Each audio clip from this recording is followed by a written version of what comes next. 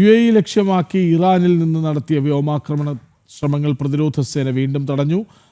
ഇന്ന് വിക്ഷേപിച്ച 7 ബാലിസ്റ്റിക് മിസൈലുകളും 27 ഡ്രോണുകളുമാണ് തകർത്തത്. ഇറാൻ നടത്തുന്ന വ്യോമാക്രമണ ശ്രമങ്ങൾക്കിടെ UAEയിൽ പരിക്കേറ്റവരുടെ എണ്ണം 141ആയി. വെള്ളിയാഴ്ച ഇറാനിൽ നിന്നുള്ള 7 ബാലിസ്റ്റിക് മിസൈലുകളും 27 ഡ്രോണുകളും വ്യോമ പ്രതിരോധ സംവിധാനങ്ങൾ നേരിട്ടതായി UAE പ്രതിരോധ മന്ത്രാലയം അറിയിച്ചു.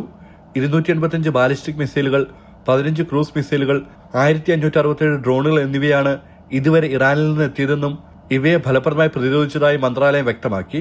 ആക്രമണ ശ്രമങ്ങൾക്കിടെ ഇതുവരെ 6 പേർ കൊല്ലപ്പെടുകയും ഭാരതീയരുൾപ്പെടെ വിവിധ രാജ്യക്കാരായ 141 പേർക്ക് പരിക്കേൽക്കുകയും ചെയ്തു. പരിക്കേറ്റവരുടെ പട്ടികയിൽ പുതുതായി സ്വീഡൻ പൗരന്മാരെയും ഉൾപ്പെടുത്തിയിട്ടുണ്ട്. ഏതു തരത്തിലുള്ള ഭീഷണികളെയും നേരിടാൻ രാജ്യം പൂർണ്ണ സജ്ജമാണെന്ന് UAE പ്രതിരോധ മന്ത്രാലയം വീണ്ടും വ്യക്തമാക്കി. രാജ്യത്തിന്റെ പരമാധികാരവും സുരക്ഷയും തകർക്കാനുള്ള ഏത് നീക്കത്തെയും ശക്തമായി നേരിടും. സമാധാനം ഉറപ്പാക്കാൻ പ്രതിരോധ സേന അതീവ ജാഗ്രതയിലാണ് പ്രവർത്തിക്കുന്നതെന്നും അധികൃതർ അറിയിച്ചു. ജനം, ദുബായ്.